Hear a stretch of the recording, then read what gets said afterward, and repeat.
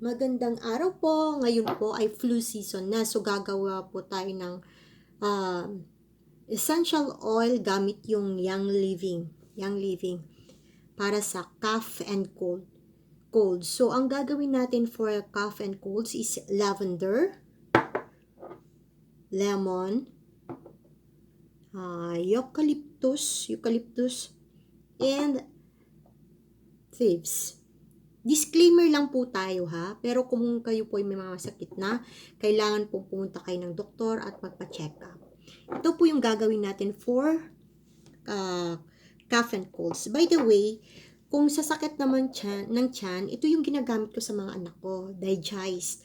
So, pag sumakit yung tiyan nila, is ito lang 1 to 2 drops of digest ang nilalagay ko sa tiyan nila. So, nagiging okay na sila and they feel comfortable after na malagyan ng digest yung tiyan nila. Yung sa tummy nila and yung sa back nilalagyan ko. Okay, sa cough and colds naman, ang gagawin natin is, I have this, meron tayong ganito, mga 5 ml yata, 15 ml na ganito. So, meron tayong jojoba oil yung ginagamit ko para sa mixture. Hindi pwedeng pure ang gamitin natin kasi masyadong yung living oil is masyadong yung oil nila. Okay? So, gagawin natin is let's drop 3 drops lang ng thieves. 1, 2, 3. Okay, that's it. Then next is lavender. Very effective to sa mga anak ko. I've been using Young Living oil for almost 2 years now.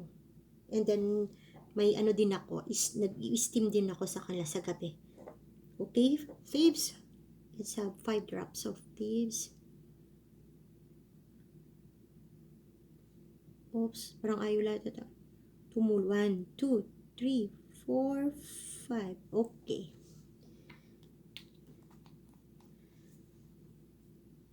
Sarado natin ng maayos kasi medyo mahal siya. Pag kasi ganito, gagawa tayo ng oils, mas nakakatipid kasi tayo. And then, lemon. 6 drops of lemon. 1, 2, 3, 4, 5, 6. Gawin na lang natin 10. Ang bango. I can smell the lemon and the eucalyptus.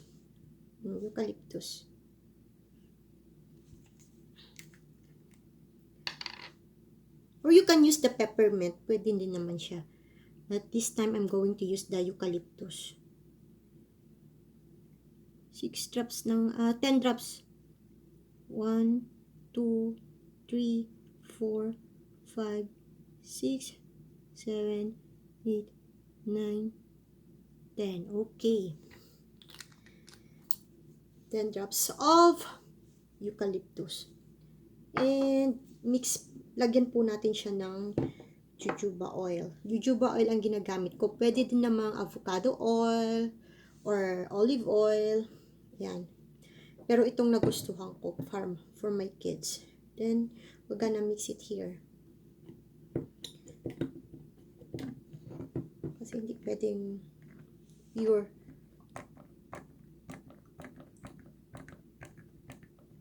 Huwag masyado nating punuin para naman may space pa siya para ma-mix natin siyang maayos. Ayan. Yan, hanggang dito lang siya. Nilagay ko. Nakikita nyo ba? Okay. And then, we're gonna, ito, yung ruler niya. Okay. Medyo patikas.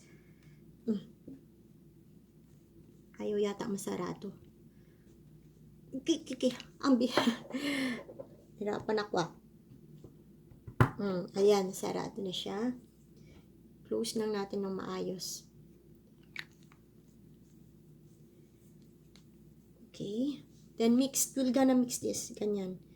And you can use this. Pwede din siya sa adult and sa mga kids. Pero ang mixture na to is for my kids. So, kasi mostly sila lang naman ang gumagamit nitong mga young living.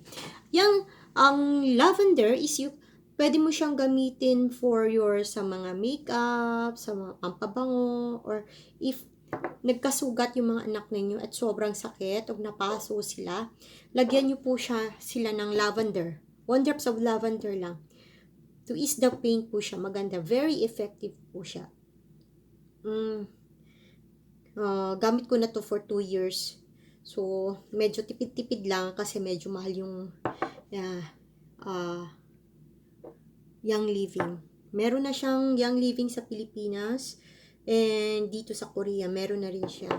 Kasi yung ibang product ng young living is available lang siya sa US. Yung thieves naman is marami siyang gamit. Yung thieves. Pag sakit ng tiyan, sakit ng ngipin, pwede siya.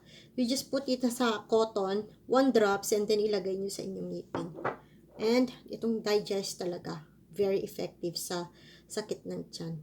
Kaya, pag sumakit yung tiyan ng mga anak ko is, Mami, tawag ka agad kay Mami. And then, papalagay ng digest. So, bumili na ako ng malaki. Kasi before, ganito lang ito is, to siya. Parang 10 ml ata to. O 5 ml. This one, ganito kaliit is 5 ml. Ang ganito naman is 15 ml. So, iba yung price from 5 ml to 15 ml. Okay? That's all. Thank you very much for watching. I hope nagustuhan ninyo. Sana gawin nyo rin kung may young living oil kayo. Kung wala, bumili na kayo kasi very effective po siya. Thank you!